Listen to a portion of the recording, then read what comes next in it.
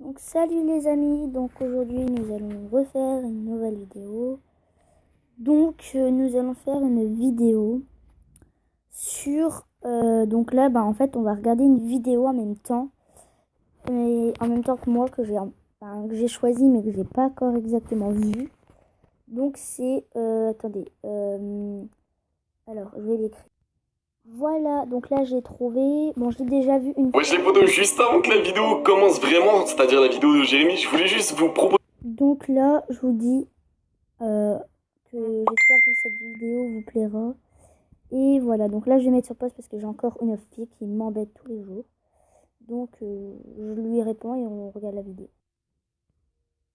Donc voilà, là la vidéo va commencer. un truc, c'est-à-dire que demain avec Jérémy, on va à Dolencourt, à Nigloland. Je sais comment ça se prononce et c'est sans doute l'un des jeux les plus populaires. Mais bon, pour ce jeu, il vous faudra vous procurer un plateau Ouija qui coûte environ 15 € sur internet. Pour ceux qui connaissent pas ce jeu, c'est genre un jeu pour invoquer des esprits. Je suis sûr que beaucoup d'entre vous ont déjà essayé ce jeu, mais en tout cas je vais vous dire comment y jouer. Donc premièrement, la règle la plus importante, il ne faut pas jouer seul à ce jeu, il faut être minimum 2. Et d'après les règles d'invocation, il ne faut pas jouer à ce jeu si vous êtes stressé, déprimé ou en colère, etc.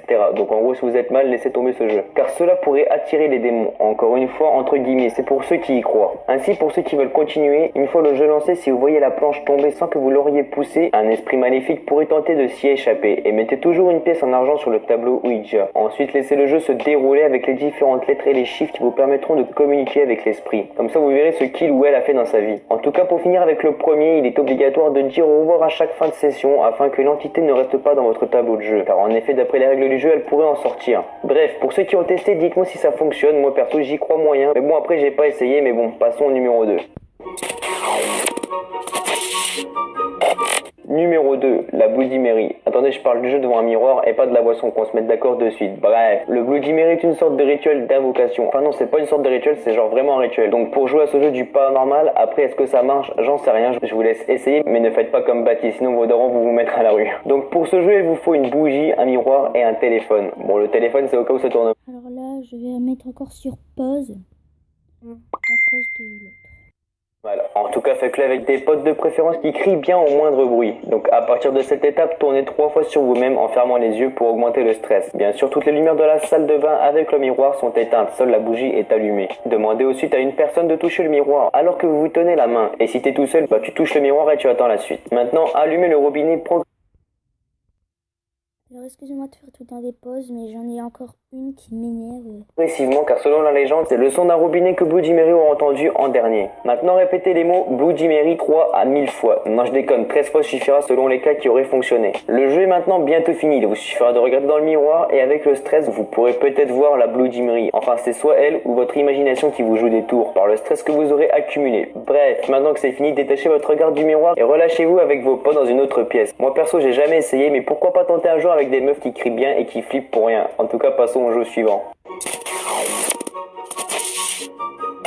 Pour le numéro 3, nous allons voir le jeu d'angle. Vous savez, logiquement, dans notre maison, on se sent en sécurité, genre on n'a pas peur quoi. Et bien avec ce jeu d'origine coréenne, enfin d'après ce que j'ai lu et cherché, l'origine est retenue est coréenne. Enfin après, si vous trouvez notre origine, c'est possible, j'en ai vu plein. Bref, ce jeu est l'un des plus flippants qu'on puisse réaliser chez soi. En effet, c'est encore une invocation de fantômes. Mais passons tout de suite aux étapes qu'il faut remplir avant de commencer ce jeu paranormal bien flippant. Il vous faut une pièce avec 4 coins, pas plus, pas moins. D'ailleurs, vous savez quoi, pour accentuer le truc, je vous conseille de le faire dans une cabane bien glauque sa mère, genre un truc hanté. Ensuite, bien entendu, il faut être 4 joueurs pour ce jeu. Donc encore une fois, prenez des personnes qui flippent bien et qui crient pour un rien. Je pense que cela améliorera le jeu. Bref, maintenant que vous êtes 4 dans la pièce, le jeu peut enfin commencer. Donc éteignez les lumières, soyez dans le noir complet. Maintenant, chaque joueur qui entre dans la pièce doit dire 3 fois son nom. Ensuite, il faut désigner un des joueurs comme le président du jeu. Et ainsi, ce sera le seul à pouvoir parler durant la totalité du jeu. Placez-vous ensuite devant chaque coin sans parler et le dos doit être dirigé vers le centre de la pièce. Ensuite, le président désigné tantôt doit compter jusqu'à 3. Puis, une fois cela fait, les joueurs doivent tourner dans le sens des aiguilles d'une montre jusqu'au prochain angle.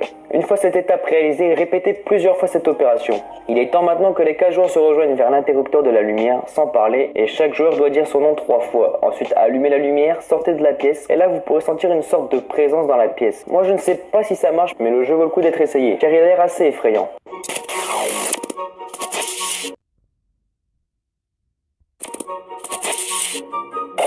Numéro 5, le jeu de minuit. Ouais, je sais, pour ceux qui connaissent, ils en ont fait un film. Donc pour ceux qui veulent jouer, allez voir le film. Non, je déconne, je vais quand même vous en parler, ne paniquez pas. D'après la légende, ce jeu est un rituel païen destiné à ceux qui désobéissaient aux dieux. Ce jeu est aujourd'hui très recherché pour les demandeurs de sensations fortes. Bref, attaquons avec le matériel nécessaire dont vous aurez besoin. Alors pour ce jeu, vous aurez besoin d'une bougie, d'un briquet, d'un morceau de papier, d'un stylo, une broche, une porte en bois qui restera fermée et du sel. Le jeu peut s'effectuer à plusieurs mais également à un. Donc je vais vous présenter le jeu avec un joueur, car ça sera plus simple pour moi. Donc tout d'abord, commencez un peu avant minuit, genre 10 minutes, même pas 15, et écrivez votre nom complet sur le morceau de papier. Ensuite, à l'aide de la broche, prenez une goutte de votre sang et mettez-la sur la feuille. Puis éteignez toutes les lumières chez vous. Placez maintenant la feuille devant la porte fermée, bien entendu la porte doit être en bois. Allumez maintenant la bougie avec le briquet ou des allumettes, n'importe, on s'en fout. Puis frappez 22 fois à la porte. Très important, le dernier coup doit se faire à minuit pile. Ouvrez la porte, puis éteignez la bougie, refermez la porte, puis rallumez la bougie. Maintenant, gardez votre bougie dans la main, ainsi que le sel et le briquet, et commencez à vous balader dans votre maison, car l'invitation a amené un homme, du nom de l'homme de minuit. Maintenant, votre objectif pour le jeu est de chercher cette personne, mais attention, il ne doit pas vous remarquer. Ainsi, si votre bougie s'éteint, rallumez-la dans les 10 secondes qui suivent, sinon le jeu s'arrêtera, ou alors pour continuer, il vous faudra faire un cercle avec du sel et mettez-vous dedans. Donc maintenant, si vous continuez le jeu, il est important de noter que l'homme de minuit partira à 3h33 du matin. Le jeu sera alors terminé et la chasse intense sera finie. De quoi vous laisser plein d'adrénaline avant de dormir. On peut donc dire que ce jeu est pire qu'un film d'horreur, quoi.